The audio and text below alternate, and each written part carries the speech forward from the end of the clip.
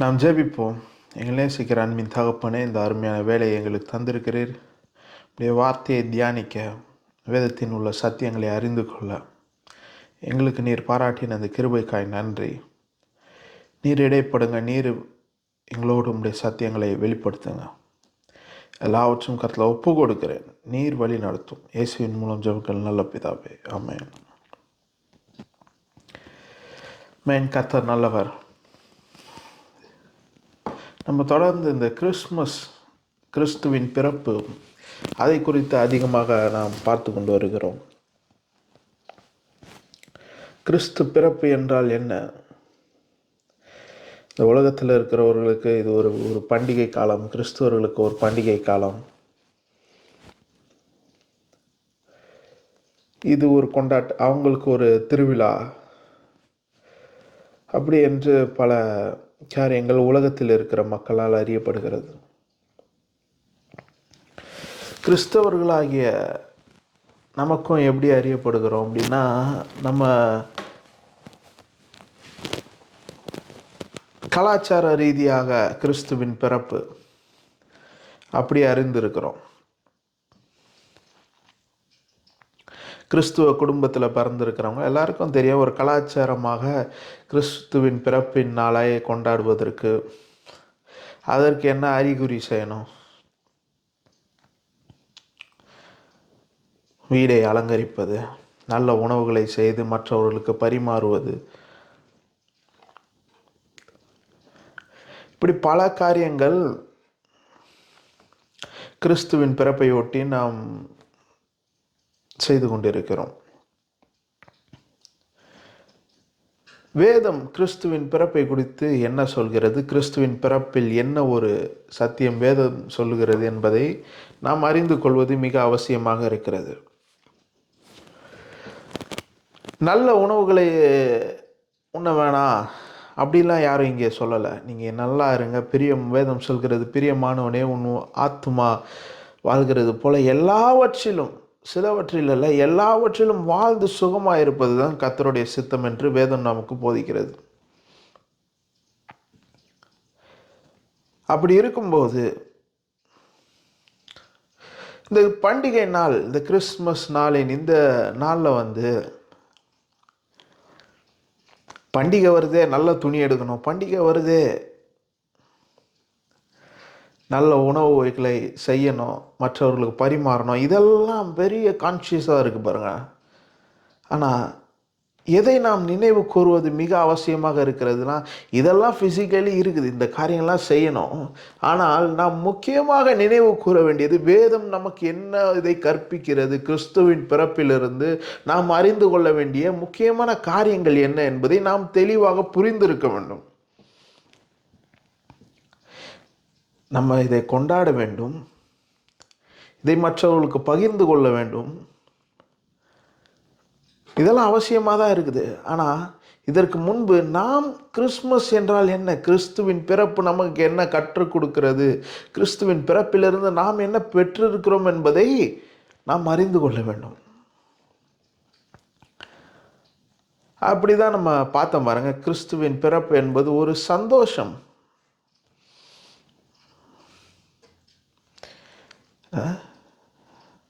ஒரு மிகுந்த சந்தோஷத்திற்குரிய ஒரு குறியீடாக, ஏன்னா வேதம் சொல்கிறது, அவர் பிறந்தோடனே அந்த போய் சொல்லும்போது சொல்கிறாங்க, எல்லாருக்கும் நற்செய்தி சொல்லும்போது எப்படி சொல்லப்படும்னா, இதோ எல்லா ஜனங்களுக்கும் மிகுந்த ஆனந்த சந்தோஷம் உண்டாக்கும் நற்செய்தி.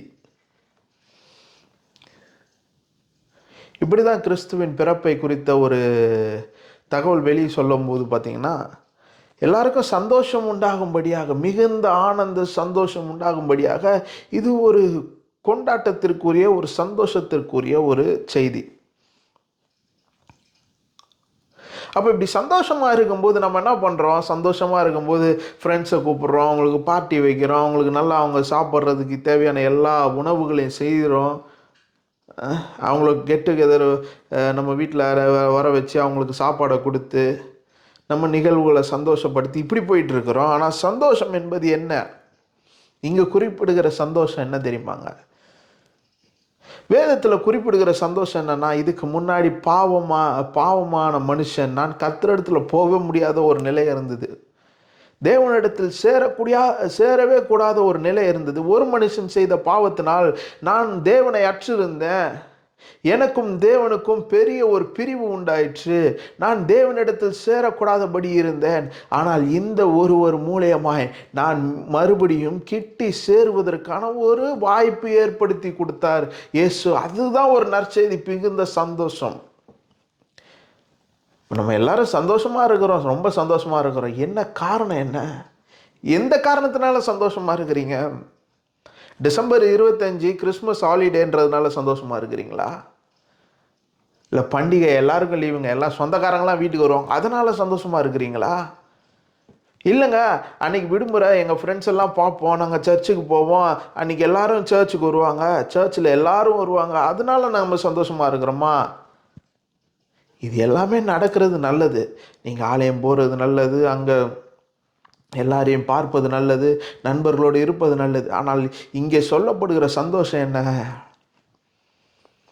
ஒரு மனுஷன் செஞ்ச பாவத்தினால நாம் எல்லாரும் தேவனற்று இருந்தோம், தேவனுடைய பிரசன்னத்துக்கு தூரமாக இருந்தோம். கர்த்தரிடத்துல கிட்டி சேரக்கூடாத முடியாத ஒரு நிலையில இருந்தபோது தேவன் நம் மீது கொண்ட ஆக பெரிய ஒரு அன்புனால தம்முடைய ஒரே பேரான குமாரனை தந்து நம்மிடத்துல அன்பு கூறுகிறார். இப்ப நான் சந்தோஷம் அடைகிறது உண்மை கிறிஸ்துமஸ்க்கு. ஆனா எதை குறித்து சந்தோஷம் அடைகிறேன்? எதனால சந்தோஷம்? எதை பற்றின சந்தோஷம்? நல்ல உணவுனால வருவதில்ல, நல்ல உடையினால வருவதில்ல, சுற்றி இருக்கிற நண்பர்களால் வருவதில்ல, என்னுடைய உறவினர்னால வருவதில்லை. முதல் சந்தோஷம் எனக்கு எதுக்கு வருதுன்னா, அவர் என்னை தேடி இந்த பூமியில் வந்தார். நான் நல்லவனாக ஒருவன் மரிப்பான், நான் நல்லவனுக்காக மரிக்கல, நான் பாவியாய் துரோகியாக இருக்கும்போது மரிக்கிறதுக்கு அவர் இங்கே வந்தார். இதெல்லாம் நினச்சி பார்க்கும்போது இந்த சந்தோஷம் வருது பாருங்க. இந்த சந்தோஷம்தான் பெரிய சந்தோஷம்.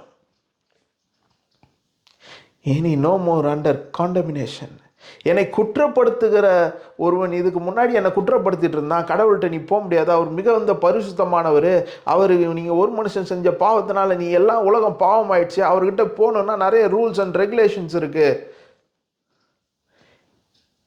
நீ தகுதியற்றவன் என்று என்னை பிசாசு குற்றப்படுத்தி கொண்டிருந்தான். ஆனால் என் இயேசு எதற்காக இந்த பூமியில் வந்தாரோ, அவர் வந்ததின் நோக்கத்தின்படியாக, அவர் சிலுவையில் மரித்ததின் நோக்கத்தின்படியாக இனி அவன் என்னை குற்றப்படுத்த முடியாது. ஏன்னா இனி நான் பழைய உடன்படிக்கையின் கீழ் அல்ல, இப்பொழுது நான் புதிய உடன்படிக்கை கீழாக அப்பா பிதாவே என்று அழைக்கிற புத்திர சுவிகாரத்தின் ஆவியை கொடுத்தபடியினால இனிமே நாம் முன்ன மாதிரி இல்லாதபடி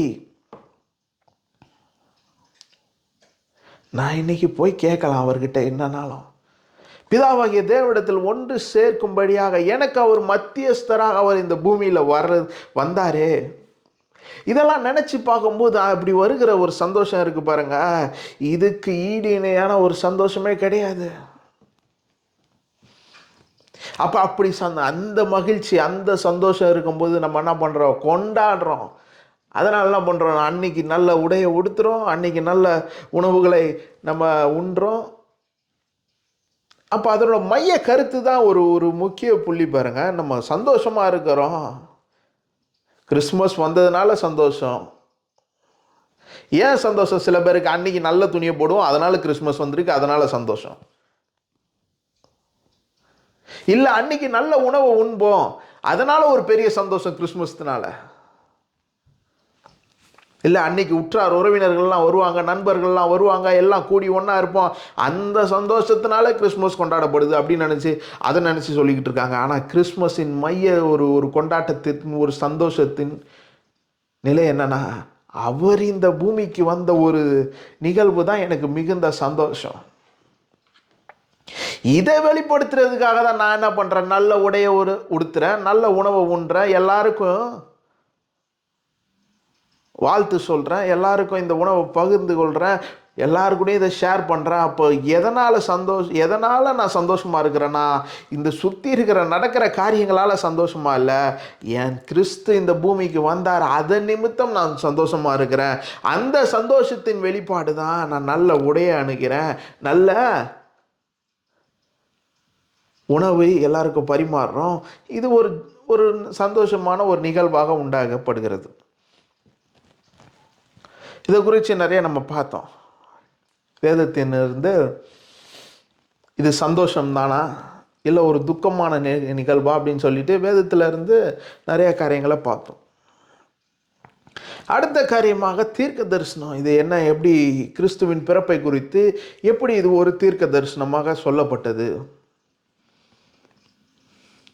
அவர் ஏதோ மகான் போல திடீர்னு தோன்றி நல்லதெல்லாம் செஞ்சுட்டு மறைஞ்சு போயிடு அப்படிலாம் இல்லாமல் அவர் ஒரு தலைவர் போல அப்படி இல்லாமல் வேதத்திலே முன்னேற்பாடுபட்டு தீர்க்க தரிசனங்கள் சொல்லப்பட்டு அதன் நிறைவேற்றமாக அவர் இந்த பூமியில் வந்தார். நம்ம பார்த்தீங்கன்னா ஆதியாகமத்தில் மனுஷன் என்னைக்கு பாவம் செஞ்சானோ அன்னைக்கு சொல்கிறாரு, கர்த்தர் சொல்கிறாரு, உன் வித்துக்கும் அவள் வித்துக்கும் பகை உண்டாக்குவேன், அவர் உன் தலையை நசுக்குவார்னு சொல்லி அங்கே இயேசுநாதரை குறித்து தீர்க்க தரிசனம் அங்கே வெளிப்பாடா சொல்லப்படுகிறது. இப்படி இந்த தீர்க்க தரிசனத்தை கிறிஸ்துவின் பிறப்பையும் ஆபிரகாம் உடைய வரலாறையும் நம்ம பார்த்தோம். எப்படி ஒரு கன்னி கர்ப்பவதி ஆகிறதுக்கு சாத்தியமே இல்லையோ, அதை போல ஒரு கிழவனும் ஒரு கிழவியும் ஒரு 100 வயதான ஒரு மனிதனும் கர்ப்பம் செத்து போன ஒரு பெண்ணும் ஒரு முதிய கிழவி, பெண்ணுன்னு சொல்ல முடியாது, கிழவி,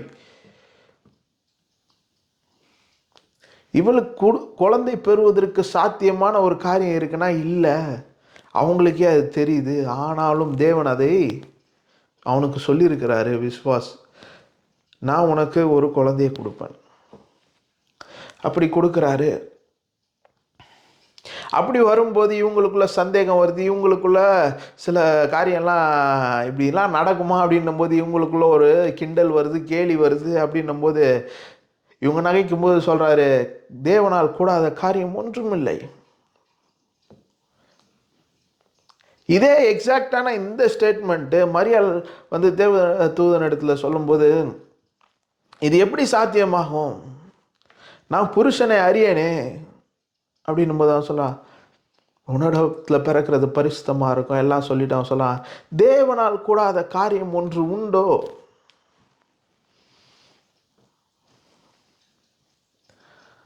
கர்த்தரால் கூடாத காரியம் ஏதாவது ஒன்று இருக்குதா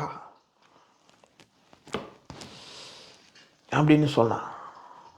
நம்ம இது வரைக்கும் பார்த்தோம், தொடர்ந்து அதிலிருந்து பார்ப்போம். இப்போ இந்த தேவனால் கூடாத காரியம் ஒன்று உண்டோ, இன்னைக்கு கூட கிறிஸ்தவர்களுக்கு இந்த வார்த்தை ஜெபம் பண்ணும்போது ரொம்ப அருமையாக வரும். தேவனால் கூடாத காரியம் ஒன்றுமில்லை அப்படின்னு சொல்லி நல்லா ஜெபிப்பாங்க. ஆனால் சூழ்நிலைகளின் மத்தியில் விசுவாசம் எப்படி இருக்கிறது?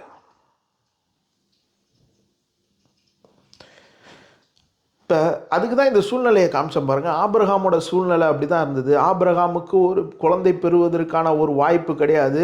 இங்கே மரியாளுக்கு பார்த்தீங்கன்னா குழந்தை பெறுவதற்கு ஒரு வாய்ப்பே கிடையாது. ஏன்னா இட்ஸ் டோட்டலி இம்பாசிபிள். இது நடைமுறைக்கு ஒரு சாத்தியமே இல்லாத ஒரு காரியம்.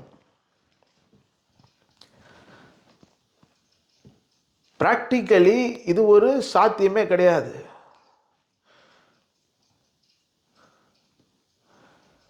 அப்ப இவங்க 2 பேரும் விசுவாசிக்கிறாங்க.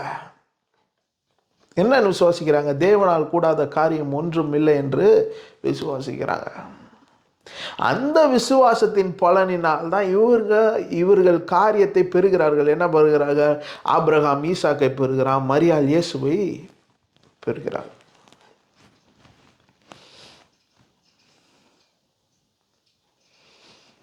இப்போ நம்ம இதை பேசும்போது நம்முடைய வாழ்க்கையிலேயோ நம்ம நிறைய காரியங்களே நம்ம பார்க்குறோம். இன்றைக்கி கூட நிறைய பேர் கேட்பாங்க, கோயிலுக்கு போனியப்பா உன் வாழ்க்கை என்ன ஆச்சு? கர்த்தரை ஏற்றுக்கொண்டே உன்னுடைய வாழ்க்கை நிலை என்ன? நீ இந்த நிலைமையில் தான் இருக்க, நானும் இந்த நிலைமையில் தான் இருக்கிறேன்.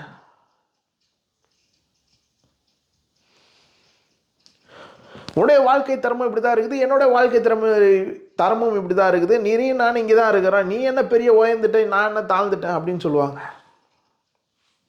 ஏன்னா உன்னுடைய சூழ்நிலை இப்படி தான் இருக்குது, நீயும் கடனில் தான் இருக்க, நானும் கடனில் தான் இருக்கிறேன்.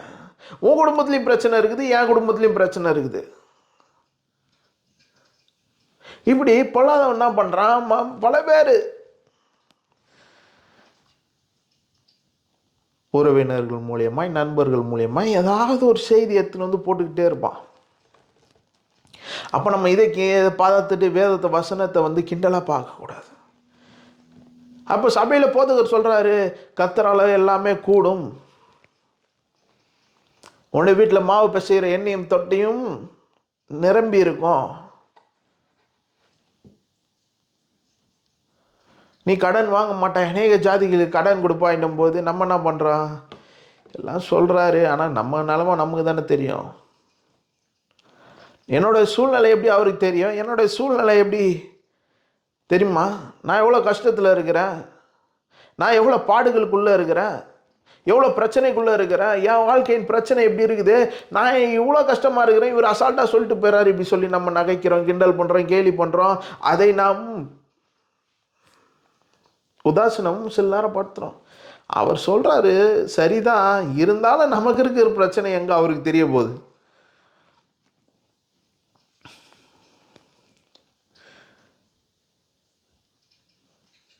உங்களை உண்டாக்கினவருக்கு எல்லாமே தெரியுங்க. அதுதான் ஆதியாகமத்தை நம்ம பார்த்தோம். உங்களை தேவைகள் எழும்புவதற்கு முன்பே உங்கள் தேவைகளை சந்திக்கிற ஒரு தேவன். யெகோவா ஈரே, the Lord is my provider, Jehovah Jireh. Abraham பேரிடுறான் பாருங்க. ஆபிரகாம் தன் பிள்ளையை பலி கொடுக்க போகிறான். அந்த நேரத்தில் சொல்கிறாங்க, நீ வந்து பலியிடாத பாவம்,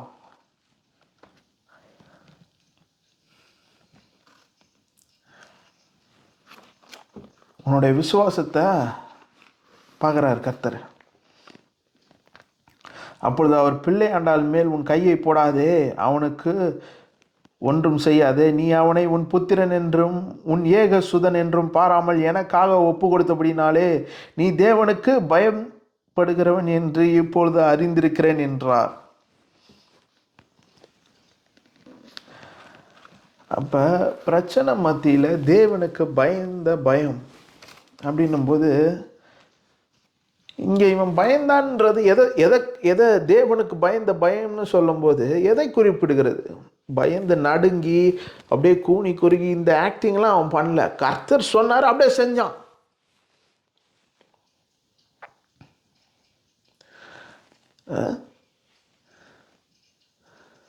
தேவனுக்கு ஆதியாகமம்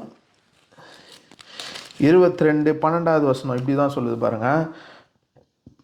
அப்போது அவர் பிள்ளையாண்டான் மேல் உன் கையை போடாதே, அவனுக்கு ஒன்றும் செய்யாதே, நீ அவனை உன் புத்திரன் என்றும் உன் ஏக சுதன் என்றும் பாராமல் எனக்காக ஒப்பு கொடுத்தபடினால் நீ தேவனுக்கு பயப்படுகிறவன் என்று இப்பொழுது அறிந்திருக்கிறேன் என்றார். இன்னைக்கு கூட நம்மளை சொல்லுவாங்க, கடவுளுக்கு பயப்படுற பயம் இருக்குதா, உனக்கு ஒரு நடுக்க இருக்குதா?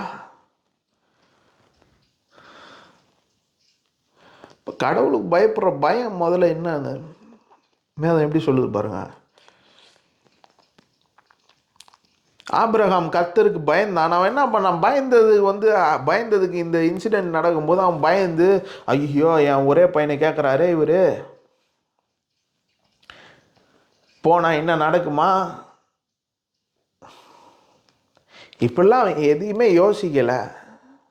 அவன் ஓவர் ஆக்டிங் பண்ணல, ரியாக்ட் பண்ணல, கர்த்தர் சொன்னோன்னு செஞ்சான். ஆனால் அவன் உள்ள ஒன்று ஓடி இருக்கும், அவன் மனசுக்குள்ளே ஓடி இருக்கும், அவன் வெளியில் எல்லா சூழ்நிலையும் சொல்லும், என் ஒரு பையன் இவனை வந்து எவ்வளோ கஷ்டப்பட்டு நான் வந்து பெற்றேன், இது எவ்வளோ எளிது கிடையாது, இதுக்கு எவ்வளோ போராட்டம் நடந்தது, எவ்வளோ பிரச்சனை நடந்தது, எல்லாமே தெரிஞ்சு இதெல்லாம் வந்தாலுமே அவன் தன் ஃபிசிக்கலாக அவனுக்கு வர அந்த ஐடியாவை, அந்த எண்ணங்களை வந்து அவன் பார்க்காம கர்த்தர் சொல்லியிருக்கிறார் என்பதை அவன் அறிந்து அவன் போறான் பாருங்க. அந்த ஒரு கீழ்ப்படிதல், அந்த ஒரு விசுவாசம் எனக்கு ரொம்ப பிடிச்சது என்னன்னா 22:5 அப்பொழுது ஆபிரகாம் தன் வேலைக்காரரை நோக்கி, நீங்கள் கழுதையை நிறுத்தி இங்கே காத்திருங்கள், நானும் பிள்ளையாண்டாலும் அவ்விடம் விட்டு போய் தொழுது கொண்டு உங்களிடத்துக்கு திரும்பி வருவோம் என்றான். நாங்கள் 2 பேரும் போயிட்டு திரும்பி வருவோம்ப்பா, திரும்பி வருவேன்னு சொல்ல, திரும்பி வருவோம் சொல்றாரு. அப்ப ஆபிரகாம் என்ன நினைச்சிருக்காங்க, கர்த்தர் சொல்லிட்டாருப்பா என் பையனை பலி கொடுன்னு சொல்லியிருக்காரு, ஆனால் இதே கர்த்தர் சொல்லியிருக்கிறாரு என் சந்ததியை நான் பெருக பண்ணுவேன், யார் மூலியமா, சாராள் மூலியமாய் வந்த இந்த சந்ததியை அவர் பெருக பண்ணுவேன்னு சொல்லியிருக்கிறாரு. அதனால் அவன் அந்த தைரியத்தில் இருந்திருப்பான் பாருங்க, அவனுக்கு அந்த விசுவாசம் இருந்திருக்கும். எப்பெல்லாம் அவனுக்கு பிரச்சனை வரும்போது, போராட்டம் வரும்போது, பயத்தும் போது கர்த்தர் கூப்பிட்டு காட்டுறாரு, வானத்தை நட்சத்திரத்தை பாரு, பூமியின் தூளை பாரு, உன் பேரை ஆபிரகாம் மாத்திர, இதெல்லாம் அவனுக்கு நினைவு வந்திருக்கும் நான் நினைக்கிறேன். இவ்வளோ காரியம் செய்து என் கர்த்தர் இவனை வந்து பலி கொடுத்துட்டு என்னை தனியாக இங்கேருந்து அனுப்ப மாட்டாரு, நிச்சயமா திரும்பி பிள்ளையோட நான் போவேன்னு அவன் விசுவாசிச்சிருக்கிறான். ஏன்னா அவனுக்கு சொன்ன கர்த்தர் என்ன சொன்னார் என்பதை அவன் விசுவாசித்தபடினால அவன் பயப்படல, அவன் அடிக்கலை, அவன் கெஞ்சலை, அவன் அழுவலை, எதுவுமே பண்ணல, சொன்னதை போய் செஞ்சான். அப்படி செய்யும்போது கர்த்தர் சொல்றாரு, நீ எனக்கு பயந்திருந்த, அதை நான் அறிகிறேன்.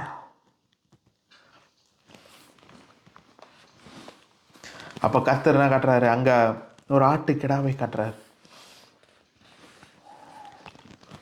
அப்போ அங்கே அந்த இடத்துல ஆபிரகாம் கர்த்தருக்கு ஒரு பேரை யெகோவா ஈரே. யெகோவா ஈரே என்றால் என் தேவைகள் எல்லாம் சந்திப்பவர் என்று நமக்கு சொல்லி கொடுத்துருக்காங்க. தேவைகளை சந்திப்பவர் தாங்க தேவன், இல்லைன்னு சொல்ல. ஆனால் இங்கே ஆபிரகாம் அந்த பலிபீடத்துக்கு போகிறதுக்கு முன்னாடியே அவனுக்கு உண்டான அந்த பலியை, அந்த ஆட்டை ஏற்கனவே முன்னேற்பாடு செய்து அந்த இடத்துல சிக்க வச்சு அங்கே வர வச்சிருக்கிறார் பாருங்க. இது தேவை எழும்பப்படுகிற போது சந்திக்கிறது இல்லை, தேவைக்கு முன்னாடியே அவர் சந்தித்துட்டாரு. இவன் மலைக்கு ஏறுறதுக்கு முன்னாடியே அங்கே ஒரு ஆடு, அங்கே பலிக்கு எல்லாம் ரெடி ஆயிடுச்சு.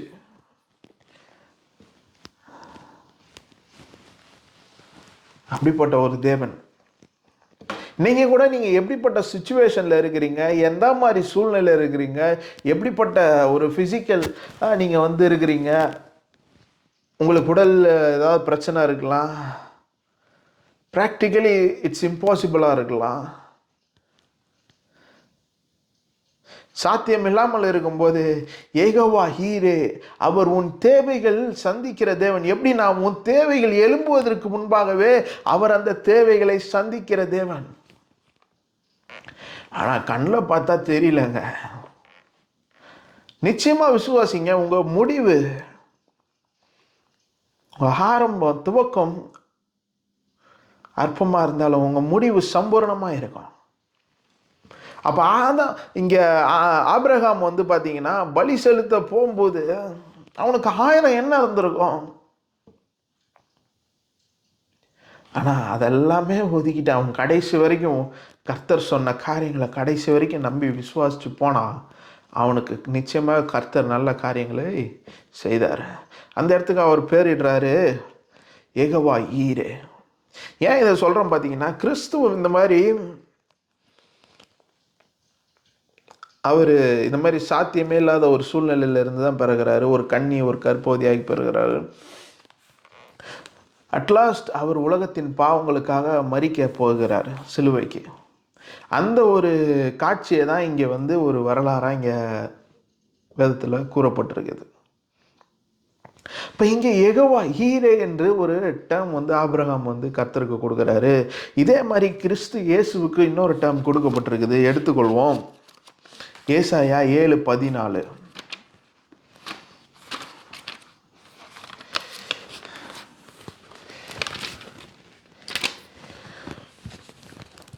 ஏசாயா 7:14.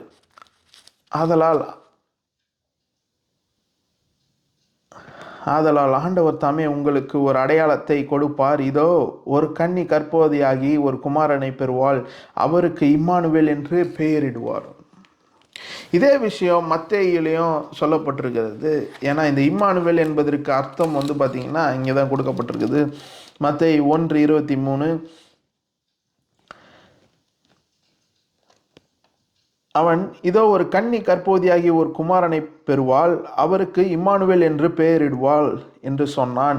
இம்மானுவேல் என்பதற்கு தேவன் நம்மோடு இருக்கிறார் என்று அர்த்தமாம்.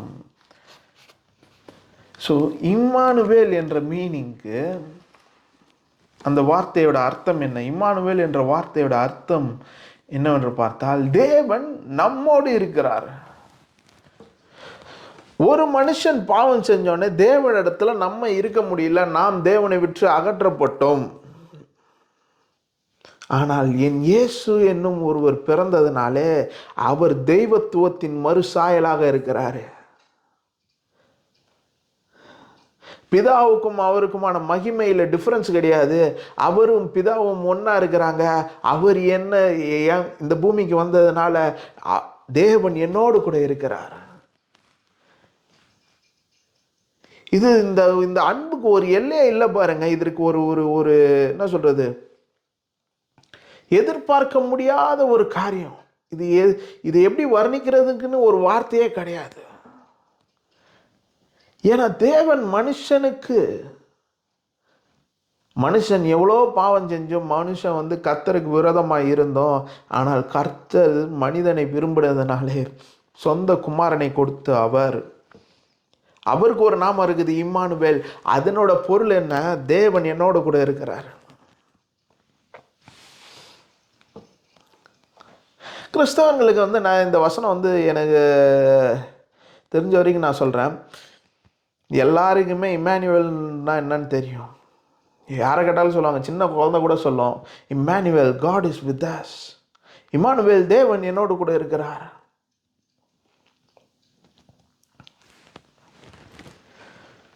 இப்போ இம்மானுவேல், தேவன் என்னோடு கூட இருக்கிறாரு. தேவன் யார்? தேவன் எப்படிப்பட்டவர்?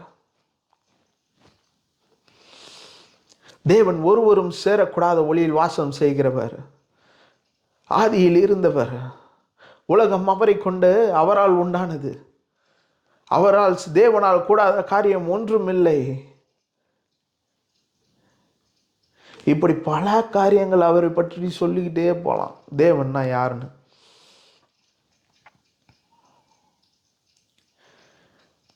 அப்ப இயேசு யாரு? இயேசுவும் தேவனும் ரெண்டு பேரும் ஒன்று. அதை தான் காட்டுறாரு.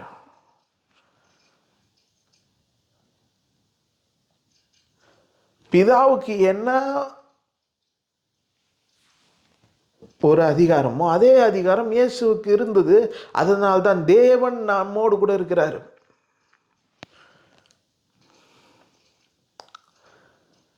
இவர் தேவன் தான், ஆனால் இவர் மனித ரூபத்தில் வருகிறார். எதற்கு? எந்த மனுஷன் பாவம் செஞ்சானோ அந்த பாவத்திலிருந்து அவனை விடுவிக்கணும்னா இவர் மனிதனாக வர வேண்டியது அவசியமாக இருந்தது. இந்த உலகத்தில் வந்து மனுஷனாக வந்து பாவமே அறியாத அவர் பாவத்திற்கு மரித்து, நான் பாவத்திலே இருந்தவன், நீதி என்னும் தெரியாதவன் நான் நீதிக்கு பிழைக்கிறதுக்காக அவர் பாவத்துக்கு மரிச்சார். அப்போ அதற்கு ஒரு பழுதில்லாத ஒரு ஆட்டுக்குட்டி எப்படி பலிக்கு அவசியமோ, பலி செலுத்தும் போது பார்த்தீங்கன்னா பழைய ஏற்பாடு எடுத்து படித்து பார்த்தீங்கன்னா தெரியும். பலி செலுத்துதல் என்பது அதுக்கு ஒரு செட் ஆஃப் ரூல்ஸ் இருக்குது. என்னென்னா, கொண்டு வர மிருகம் வந்து பழுது இல்லாமல் இருக்கணும். அது எப்படி இருக்கணும், அதுக்கு என்னென்னலாம் காரியங்கள் இருக்குது, அது என்னென்ன ஸ்பெசிஃபிகேஷன்லாம் எல்லாம் தனியாக கொடுத்து வச்சுருக்காங்க. அப்போ அதன்படி இது எல்லா தீர்க்க தரிசனமும் நிறைவேறும்படியாக அவர் இந்த பூமியில் வந்தார். அவர் வந்தது பார்த்தீங்கன்னா ஒரு மகானா வரல, ஒரு இறை தூதனா வரல, அவர் தேவனாக வந்தார். ஏன்னா அவர் நேம் இம்மானுவேல், அவர் தேவனாக இருக்கிறார். தேவன் என்னோடு இருக்கிறார் போது அவர் தேவன், அவர் என் கூட இருக்கிறாரு.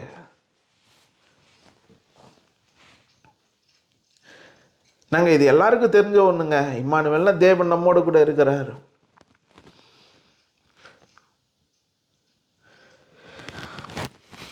நமக்கு இது அறிந்திருக்கிறோம், மனப்பாடமாய் நமக்கு பதிச்சிருக்கிறோம். ஆனால் இதை பயன்படுத்துகிறோமா?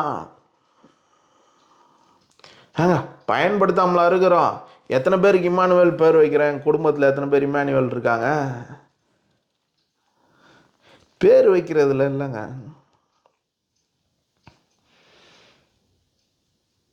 அது எதை சுட்டி காட்டுகிறது? அதனுடைய கருத்து என்ன? அதனுடைய பொருள் என்ன? அர்த்தம் என்ன? இப்படி பல காரியங்கள் அதில் ஒளிஞ்சிருக்கு. இந்த தேவன் எப்படிப்பட்டவர்? மிக அன்பானவர். தேவனை அறிந்திருக்கிறோமா? தேவன் என்னோடு கூட இருக்கிறார் போது தேவன் யாரு, அவர் எப்படிப்பட்ட குணாதிசயம் உடையவர் அப்படின்றத நாம் அறிந்து கொள்ள வேண்டியது அவசியமாக இருக்கிறது. அதனால வேதம் முன்னாடி சொல்லப்பட்டிருக்குது, தேவனால் கூடாத காரியம் ஒன்றும் இல்லை என்று சொல்லப்பட்டிருக்கிறது. இன்னைக்கு Immanuel, God is with us, அவர் என்னோடு கூட தேவனாக இருக்கிறாரு, அவர் ஏன் கூட இருக்கிறாரு. தேவன் உலகத்தை படைத்த இந்த தேவன் என்னோடு கூட இருக்கும்போது என்னால் கூடாத காரியம் ஒன்றும் இல்லை என்று கிறிஸ்தவர்கள் அறிந்து கொள்ள வேண்டியது மிக அவசியமாக இருக்கிறது.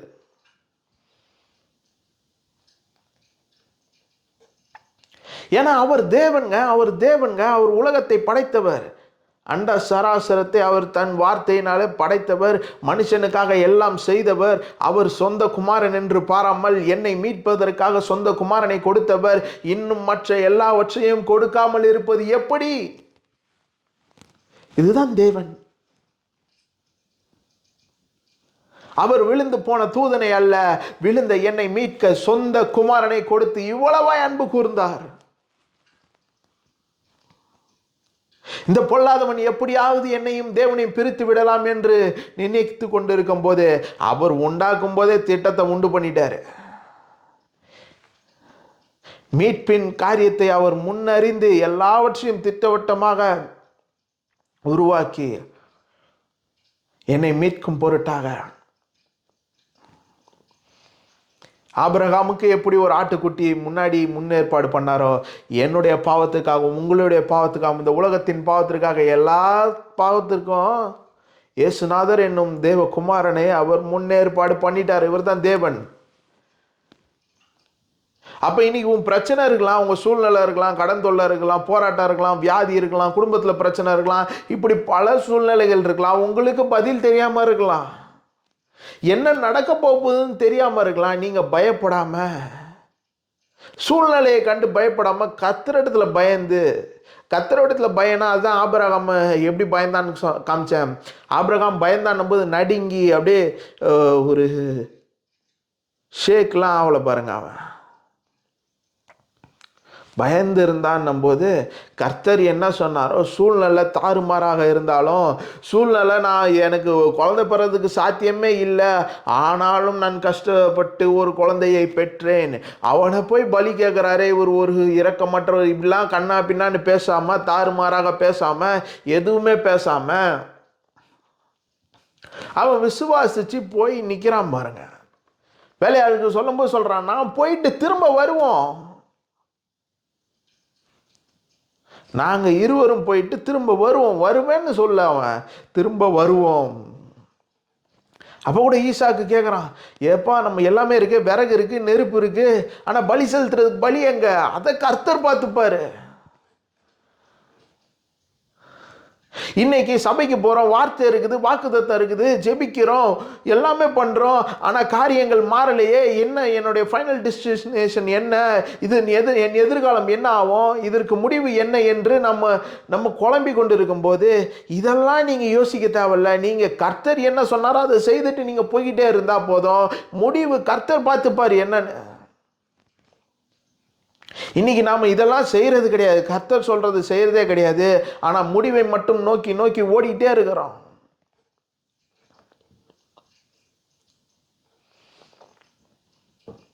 நல்லா சம்பாதிக்கணும், இந்த சமுதாயத்தில் ஒரு அந்தஸ்தில் இருக்கணும், நம்மளும் ஒரு பெரிய ஆளாக இருக்கணும், நம்ம வாழ்க்கை வாழ்ந்து காட்டணும், இதெல்லாம் நல்லது தான் பாருங்கள். இந்த முடிவுகளை, இந்த நன்மையான காரியங்களின், உலகத்தின் காரியங்களின் முடிவை நோக்கி ஓடிக்கொண்டே இருக்கிறோம் பாருங்க. கர்த்தர் உன்னையும் என்னையும் தேடி வந்த தேவனை நாம் மறந்து ஓடிக்கொண்டு இருக்கிறோம் இன்னைக்கு உலகத்தில்.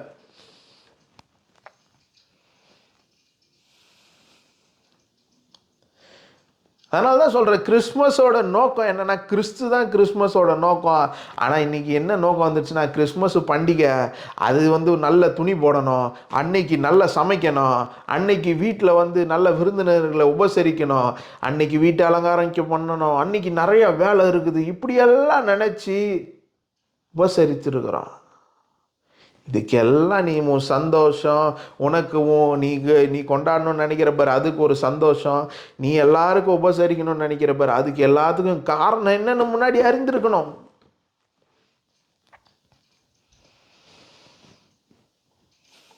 இதை அறிந்திருந்தா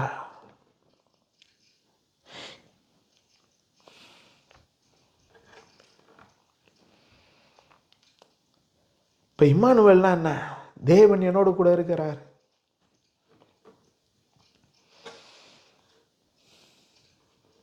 தேவன் என்னோடு கூட இருக்கிறாருங்க. அப்ப நான் எதை கண்டு அஞ்சுவேன், எதை கண்டு பயப்படுவேன், எதை கண்டு கலங்குவேன்?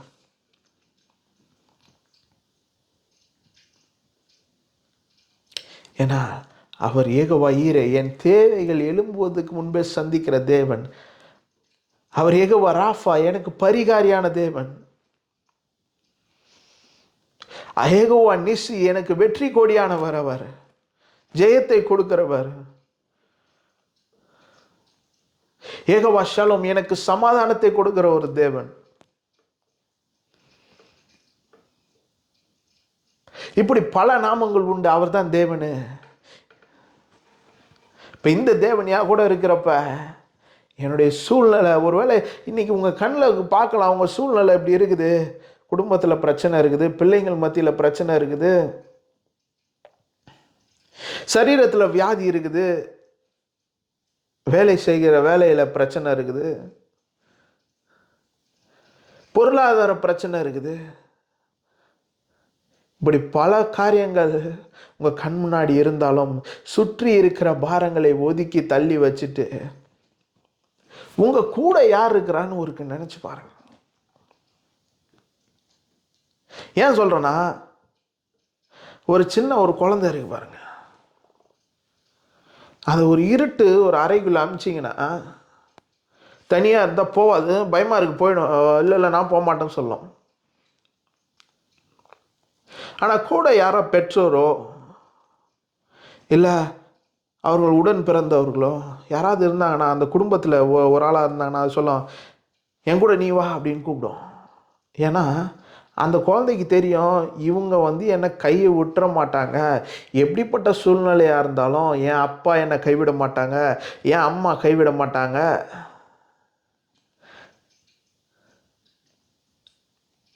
இன்னைக்கு நம்ம வளர்ந்ததுக்கப்புறமும் சில நேரத்தில் சொல்லுவோம் ஃப்ரெண்ட்ஸ் மத்தியில், நீ வாடா, ஏன்னா என் ஃப்ரெண்டு என்னை கைவிட்டுற மாட்டான், நீ வா, உள்ள வா, எனக்கு பாதுகாப்புக்கு.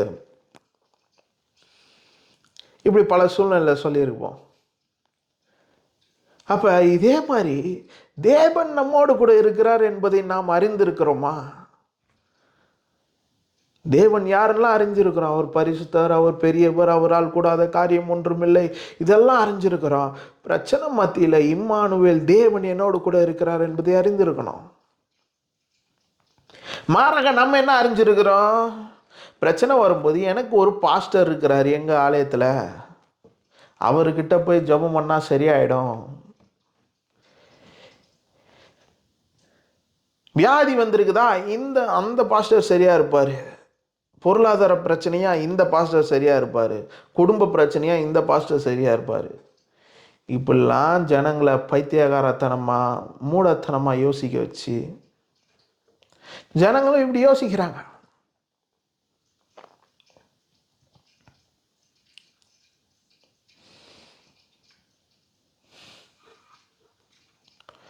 பேதுருக்கிட்ட போய் ஜெபிக்கலாமா, இல்லை மரியாள் கிட்ட ஜெபிக்கலாமா? இப்படியெல்லாம் நீங்கள் யார் யார்கிட்டயே போகிறதுக்குது. அவர் இம்மானுவேல், தேவன் உங்களோடு கூட இருக்கிறாரு. தேவனே உங்களோடு கூட இருக்கிறாரு. நீங்கள் போய் ஏன் வேற ஆள்கிட்ட போய் நிற்கிறீங்க? உலகத்தை உண்டாக்கின உங்களுடைய தேவனே உங்களுடைய தேவன் உங்கள் கூட இருக்கும்போது நீங்கள் தேவனை பார்க்கறதுக்கு நீங்கள் ஏன் மற்றவங்க மூலியமாக போகணும்?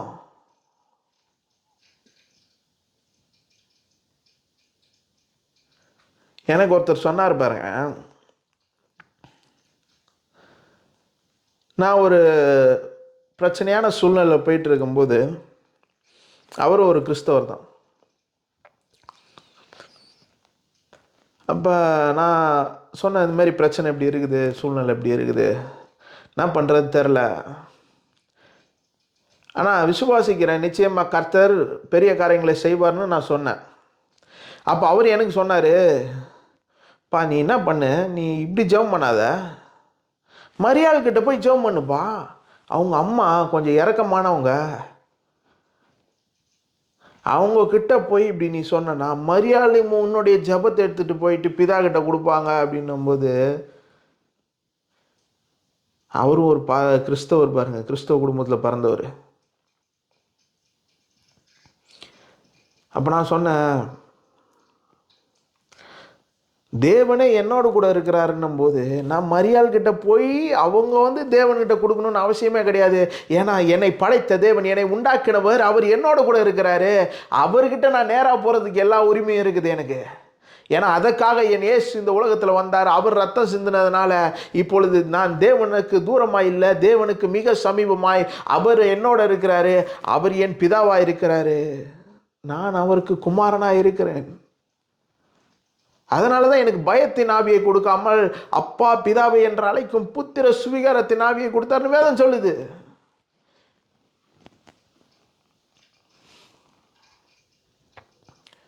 அப்ப இந்த மாதிரி ஒரு காரியங்கள்லாம் நமக்கு புரியணும் அப்படின்னா நமக்கு வேத வசனத்தை குறித்த அறிவு மிக முக்கியமாக இருக்கணும். இப்ப இன்னைக்கு அவர் இப்படி சொல்றாரு, இதே ஒரு ஒரு ஒரு ஒரு 8 வருஷம் 10 வருஷத்துக்கு முன்னாடிலாம் என்னை கேட்டிருந்தா, ஓ இப்படி ஒரு இருக்குதுல்ல அப்படி நான் செஞ்சுருப்பேன். ஏன்னா எனக்கு அன்னைக்கு வேதத்தை குறித்த அறிவு எனக்கு இல்லாத காரணத்தினால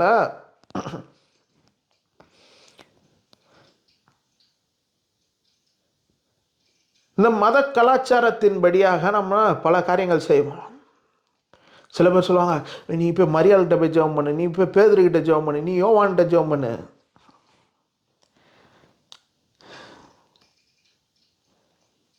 இப்போ மரியாள் யாருங்க? விசுவாசிச்சாங்க. இயேசுநாதர் ஒரு கன்னி கற்போதியாகி நீ குமாரனை பெறுவாள்மா, உனக்கு குழந்தை பெறணும் போது அதை விசுவாசிச்சாங்க, அதனால அவங்க பெற்றாங்க. இப்போ அவங்கள கடவுளாகிட முடியுமா? அப்போ எல்லாரையும் கடவுளாகிடலாம்.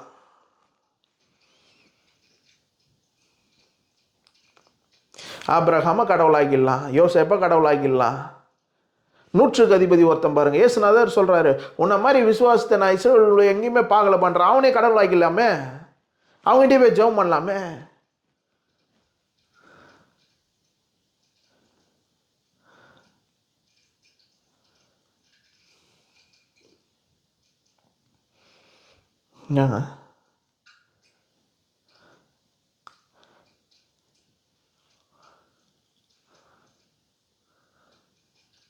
வேதத்தை எடுத்து படிக்கிறதே கிடையாது.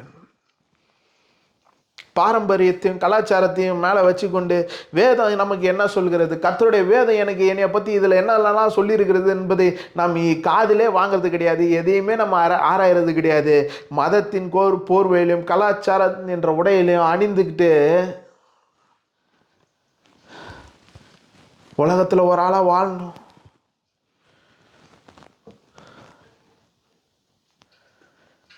அவங்க என்ன சொன்னாங்களோ அதை செஞ்சுட்டு போயிடணுங்க.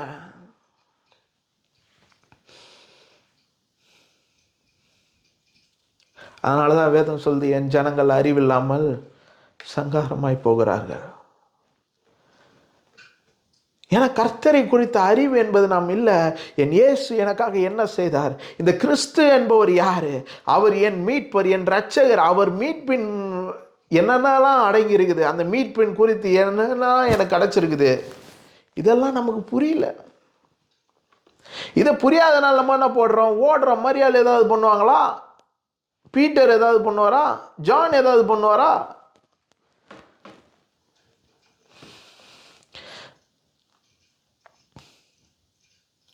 இவங்க யாருமே உங்களுக்காக எதுவும் பண்ண முடியாது. ஏன்னா என் இயேசு உங்களுக்காக எல்லாவற்றையும் முடித்துட்டாரு, செய்து முடித்துட்டாரு. செய்ய வேண்டியதுக்கு நீ ஒண்ணுமே இல்லை. அதான் அவர் சிலுவையில் எல்லாத்தையும் முடிச்சுட்டு சொல்றாரு, எல்லாம் முடிந்தது. என்ன முடிஞ்சது? என் வியாதி, என் பாவம், என் சாபம், என் தரித்திரம் எல்லாமே வேதத்தில் சொல்லப்பட்டிருக்குது. சிலுவையிலே அவர் மரணத்தினாலே இது எல்லாவற்றிலும் என்னை மீட்டு இனி நான் பழைய மனுஷன் அல்ல, கிறிஸ்துவுக்குள் புது மனுஷனா இருக்கிறேன். இப்போ கிறிஸ்மஸ் இயேசுனா யாருங்க? இம்மானுவேல், அவர் தேவன் உங்களோடு கூட இருக்கிறாருங்க. உங்களை உண்டாக்கின தேவன் உங்க பட்சத்தில் இருக்கும்போது நீங்க ஏன் வேறு இன்னொருத்தரை தூக்கி ஓடிக்கிட்டு இருக்கிறீங்க?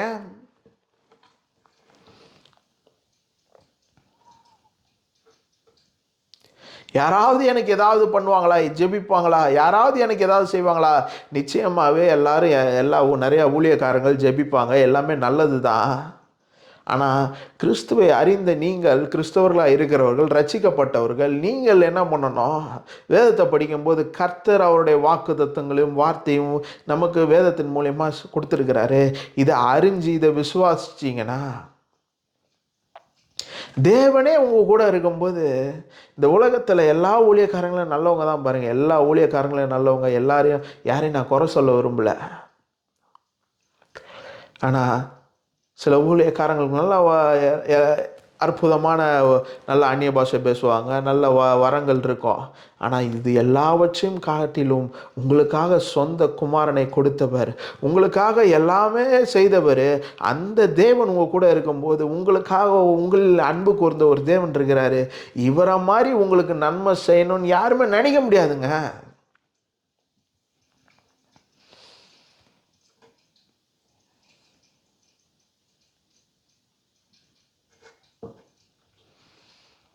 இவரை மாதிரி உங்களுக்கு தேவையான எல்லா காரியங்களையும் செய்து முடிக்கிறதுக்கு ஒரு ஆளே கிடையாது. ஏன்னா உங்களுக்கு என்ன தேவை, நீங்கள் எப்படி இருக்கணும்,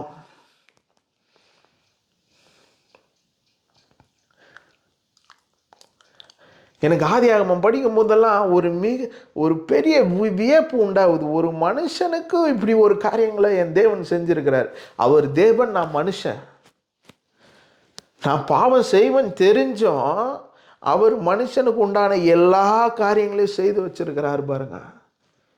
மறுபடியும் எனக்கு மீட்கிறதுக்கு அவருடைய சொந்த குமாரனை கிறிஸ்துவை அனுப்பினார் பாருங்க. அவர் தான் இம்மானுவேல். முன்பு தேவன் என்னோடு கூட இல்லை. ஏன்னா ஒரு மனுஷன் செஞ்ச பாவத்தினால மனுஷனுக்கும் தேவனுக்கும் ஒரு பெரிய பிளவு உண்டாயிற்று. என் இயேசு என்னும் ஒருவராலே நான் இழந்த தேவனுக்கு தூரமாக இருந்தேன். இப்போ தேவனுக்கு தூரமாக இல்லை, தேவனும் நானும் ஒன்றாக இணைக்கப்பட்டிருக்கிறோம். ஏனால் எனக்கு மத்தியஸ்தராக என் இயேசு ஒருவர் இருக்கிறார். அப்ப கிறிஸ்துமஸ்னு வரும்போது இதெல்லாம் எனக்கு நினைவு வரணும். நல்ல ட்ரெஸ் போட போறேன், நல்ல சாப்பாடு சாப்பிட போறேன், நல்ல உறவினர்கள் வருவாங்க, நல்ல எல்லாம் ஒரு நல்ல ஃபன்னா இருக்கும், நல்ல ஜாலியா இருக்கும். இதெல்லாம் நினைப்புக்கு வர்றதுக்கு முன்னாடியே எனக்கு ஒரு காரியம் நினைப்புக்கு வரணும்.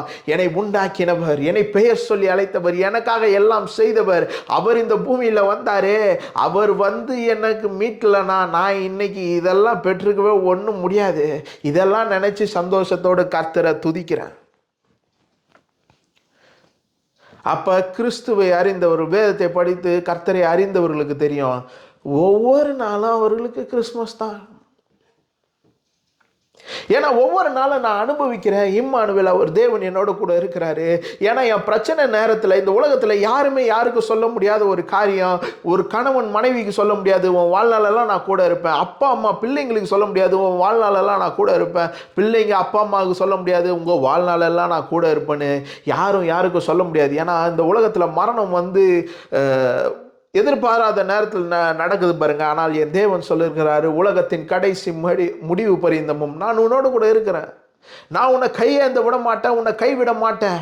அப்படிப்பட்ட தேவன் என்னோட கூட இருக்கிறார். அவர் பிறப்பு தான் இம்மானுவேல். அவர் தேவனாக, தெய்வத்துவத்தின் மறுரூபமாக, அவர் எனக்கு பாவ மனுஷனாக இருந்த என்ன இணைக்கும்படியாக, தேவனோடு இணைக்கும்படியாக அவர் இந்த பூமிக்கு வந்தார். அப்போ ஒவ்வொரு நாளும் என்னுடைய வாழ்க்கையில் பிரச்சனை வருது, போராட்டம் வருது, தினந்தோறும் ஒரு சவால்கள் வருது.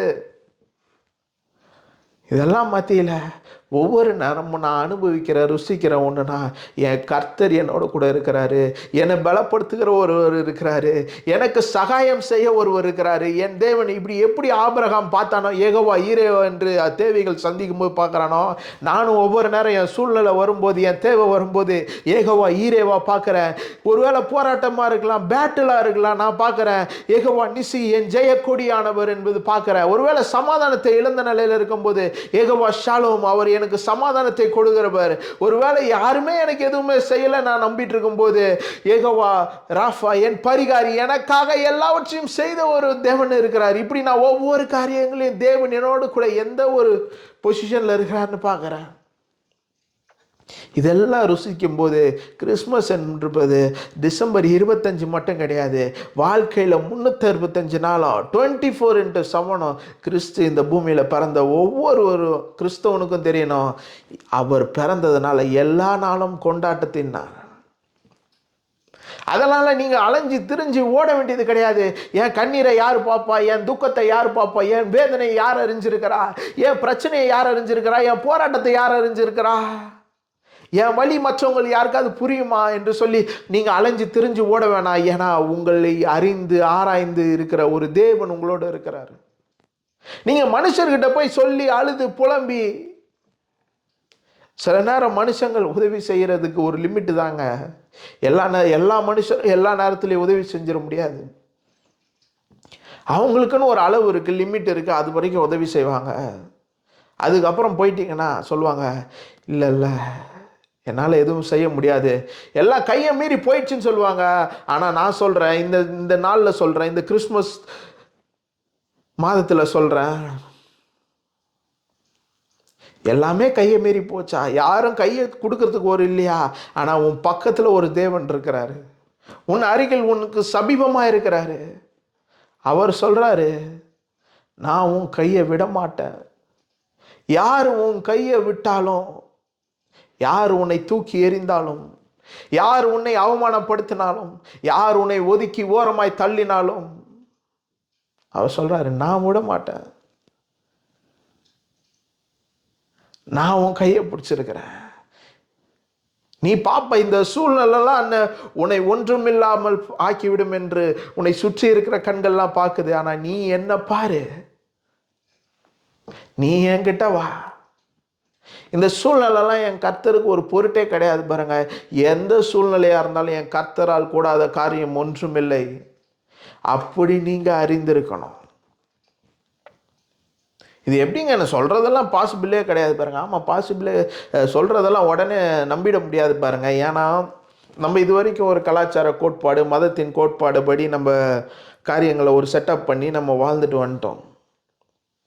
இப்போ வேதம் இப்படி சொல்லுன்ற போது நமக்கு அதுக்கு டோட்டல் ஆப்போசிட்டாக முரண்பாட்டு இருக்கும்போது, வேதத்தின் காரியங்களை நம்ம எடுத்து நம்ம ப்ராக்டிஸ் பண்ணும்போது டக்குன்னு உடனே எல்லா காரியங்களும் நடந்துடாது.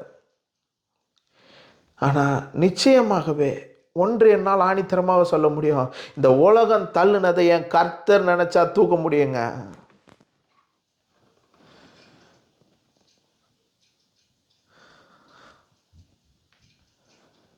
அவரால் கூடாத காரியம் ஒன்றும் இல்லை. இன்னைக்கு உன் பிரச்சனை, வேதனை, துக்கம், சோகம், இது எதையுமே ஷேர் பண்ணிக்க எனக்கு யாரும் இல்லை. யார்கிட்ட போய் சொல்லுவேன், நான் எவ்வளோ கஷ்டப்பட்டுருக்கிறேன், என் துக்கம் என்ன தெரியுமா, நான் எவ்வளோ பாடம் அனுபவிச்சிருக்கேன் தெரியுமா அப்படின்னு சொல்கிறதுக்கு யாருமே இல்லை. நான் உன் பக்கத்தில் ஒரு நல்ல மெய்ப்பர் இருக்கிறாரு. அவர் உன் மீட்பர், அவர் உன் பரிகாரி, அவர் உனக்கு நல்ல சகோதரன், அவர் ஒரு நல்ல மணவாளன். இவரிடம் நீ போய் சொன்னா, இந்த இம்மானுவேல் தேவன் உன்னோடு கூட இருக்கிறார் பாரு, இது தெரிஞ்சிருச்சுன்னா வாழ்க்கையில் எப்படிப்பட்ட சூழ்நிலையாவனா இருக்கலாம், பிரச்சனை எவ்வளோ பெரிய பிரச்சனையாக இருக்கலாம், எவ்வளோ பெரிய பேட்டில் கிரவுண்டாவனா இருக்கலாங்க, விசுவாசிக்கிறவன் பதறவே மாட்டான். நல்ல வேதம் வேதம் இப்படி தான், அதுக்கு தான் விசுவாசி இப்படி சொல்லுது, விசுவாசி பதறான். அப்போ பதறான்னா என்ன அர்த்தம்? அவன் அறிந்திருக்கிறான் என் தேவன் யார் என்று, நான் ஆராதிக்கிற தேவன் இன்னார் என்று அறிந்திருக்கிறான். அப்போ கிறிஸ்மஸோட செய்தி என்ன? கிறிஸ்து பிறந்தது செய்தி என்ன? இம்மானுவேல், தேவன் என்னோட கூட இருக்கிறாரு. உண்மையாலே பிரச்சனை இருக்குது, போராட்டம் இருக்குது, ஆனால் இதன் மத்தியில் இம்மானுவேல், தேவன் என்னோட கூட இருக்கிறதுனால இந்த பிரச்சனை எல்லாவற்றையும் மேற்கொண்டு வருவேன். ஏன்னா என் கூட இருக்கிறது தேவன். உலகத்தில் இருக்கிறவரை காட்டிலும் எனக்குள்ள இருக்கிறவர் பெரியவர். இப்படிப்பட்ட காரியங்கள்லாம் எப்படி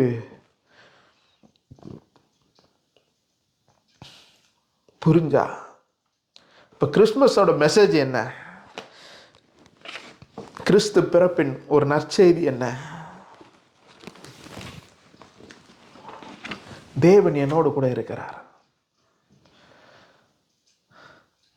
எந்த சூழ்நிலை? எல்லா சூழ்நிலையிலும் தேவன் உங்களோடு கூட இருக்கிறார்.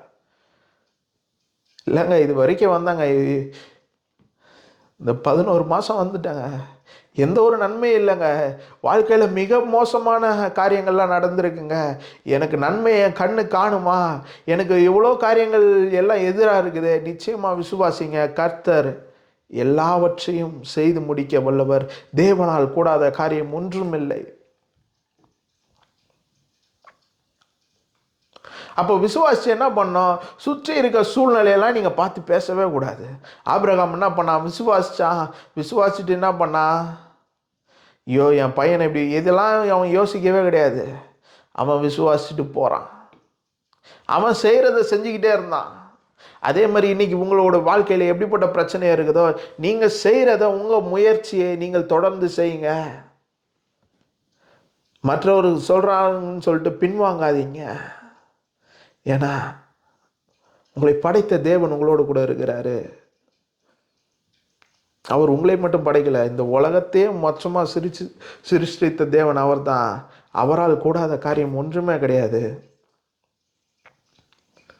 அப்போ இந்த கிறிஸ்துவின் பிறப்பை குறித்த ஒரு நற்செய்தி என்ன? தேவன் என்னோடு கூட இருக்கிறாரு. இதுக்கு முன்னாடி தேவன் அற்று இருந்த நான், இப்பொழுது தேவன் என்னோடு கூட இருக்கிறார். அதனால் நிச்சயமாக என்ன பண்ண முடியும்?